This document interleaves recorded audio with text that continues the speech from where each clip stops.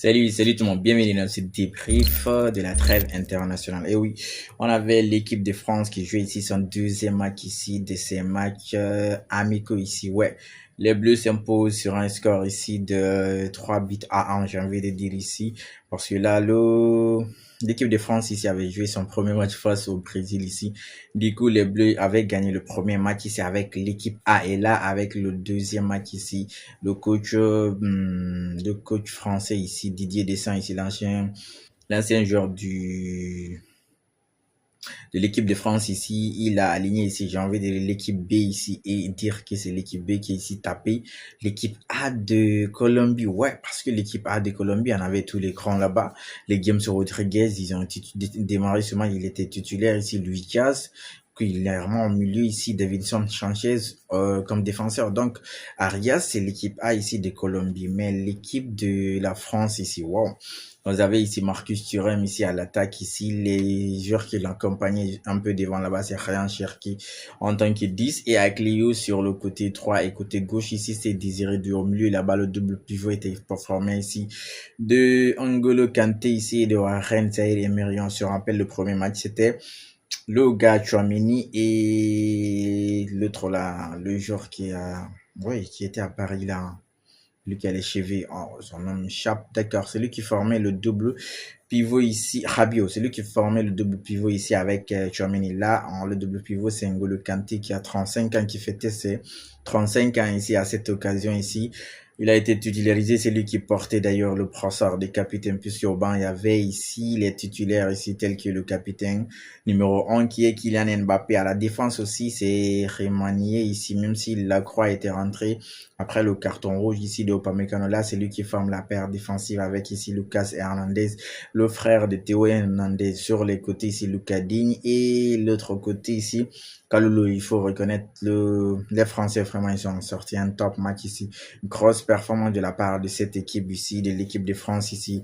Rien que si vous regardez les notes, c'est la preuve à suffisance ici, sans parler même trop du match ici qui l'équipe de France est gérée ici. Marcus Thuram ici qui a marqué, il a 8,2 ici. Désiré 2 a fait doubler 8,1 sur 10. Il a eu fait une bonne note ici. Ils ont tous ici une bonne note. Deux autres là, c'est 7, 7, 7. Ceux qui n'ont pas ici 7 ici, c'est Warren et Lucadine. Le reste, ils se sont tous gérés, même le gardien pris Samba ici. Il s'est géré ici. Top performance de la part des joueurs de l'équipe de France ici face aux Colombiens ici qui ont tenté à travers Luis Diaz et puis James Rodriguez, il faut le reconnaître. C'est pas le James Rodriguez de la Coupe du Monde 2014 au Brésil ici. C'est un James qui est fatigué, mais je suis sûr qu'il va aussi aller à la Coupe du Monde ici aux États-Unis ici. Bientôt cet hiver, l'équipe de France ici a dominé ici cette équipe ici de la Colombie. C'est en termes de position 46 pour Colombie, 55 pour l'équipe de France ici avec des tirs cadrés ici, des 4 pour Colombie, 5 pour la France. Et les tirs cadrés ici, 3 pour Colombie et 4 pour la France. Vraiment, surtout en première mi-temps où ils sont sortis sur un score de 2 buts à 0 avec le premier but de Désiré Doué dans le match et un but ici de Marcus Rashford. Vraiment, dans l'ensemble, surtout l'équipe, ils se sont gérés parce que c'est ce qu'on demande ici à ces équipes-là, surtout quand tu sais que tu es remplaçant et puis on te donne la chance, il faut vraiment prouver. Et là, c'est que l'équipe B a fait ici. Vraiment, ça fait du bien. Ça rassure dire que l'équipe de France a maintenant deux équipes ici qui peuvent sortir ici à tout moment ici dans cette Coupe du Monde à venir ici en phase de poule, après les huitièmes, les quarts. Je crois que l'équipe de la France est bien garnie ici avec cette composition ici en première mi-temps. Ils ont eu le ballon, même si à la fin, juste avant la fin du mi-temps ici, ouais, c'était pour la France ici. Si vous regardez le momentum du match ici en deuxième mi-temps ici vers la fin, c'est après les changements, puisqu'il faut reconnaître, après les changements, c'est comme si en deuxième mi-temps ici, en partir de la 65e, 70e ici, l'équipe de France a un peu relâché ici. Le momentum, c'était pour la Colombie, mais en première mi-temps, waouh! Et surtout, les manques de certains joueurs individuellement précis. Akliouche, mais lui, il a gagné des notes. Ici, c'était pas un phénomène qui était devant le genre. Mikel Ozilze, ici, qui fait feu, flamme à Bayern. Ici, je crois que lui aussi peut aller titulaire sur ce côté.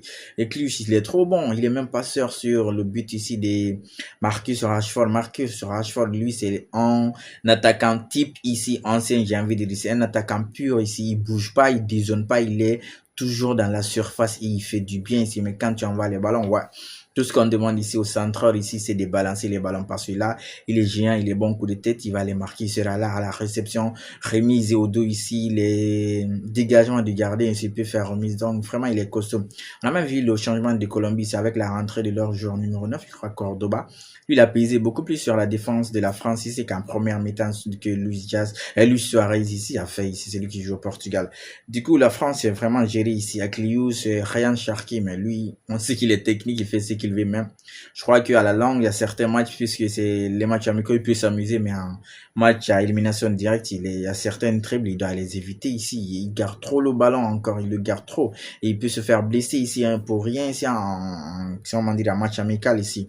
Donc, il doit laisser attendre. Désolé, il y a eu des pertes de balles, mais il a été quand même pas mal, puisqu'avec 2 buts, on va retenir du bien de ce côté ici. N'Golo Kanté, son match, waouh! Je crois que lui aussi il peut postuler pour le poste de titulaire avec Chouameni au milieu là-bas, devant Rabiot. Top performance de sa part. Vraiment ici, ils se sont vraiment gérés ici, l'équipe de France ici. Ils s'imposent sur un score ici de 3-1. Les remplaçants ici, les fantastiques sont rentrés comme j'aime les rappeler ici, Olysée, Kylian Mbappé, Ego et Tiki. Ego même aurait pu marquer ici. Lui, si on l'a envoyé là-bas, il a triplé le gardien, mais le gardien a eu le ballon en dernier moment sur ses pieds. Kylian a marqué, mais c'était hors jeu. Il était sur le point d'égaliser ici le nombre de buts ici en équipe de France ici de Giroud. Il allait être ici à égalité avec lui, mais c'est qu'une partie remise. Parce que là, ce Kylian ici, il n'a que 27 ans. Donc, il va dépasser forcément Olivier Giroud ici, en termes de buts marqués, c'est en équipe de France avec déjà la Coupe du Monde qui vient là. C'est sûr qu'il y a un minimum, il va te mettre là-bas 2 buts, même si c'est les 3 matchs ici des phases de groupe. Et éventuellement, c'est sûr, si cette équipe continue comme ça collectivement, ils vont aller loin et Kylian pourra rattraper et dépasser loin ici Olivier Giroud. En attendant le prochain débrief, on continue de liker, on s'abonne. Et surtout, on reste safe.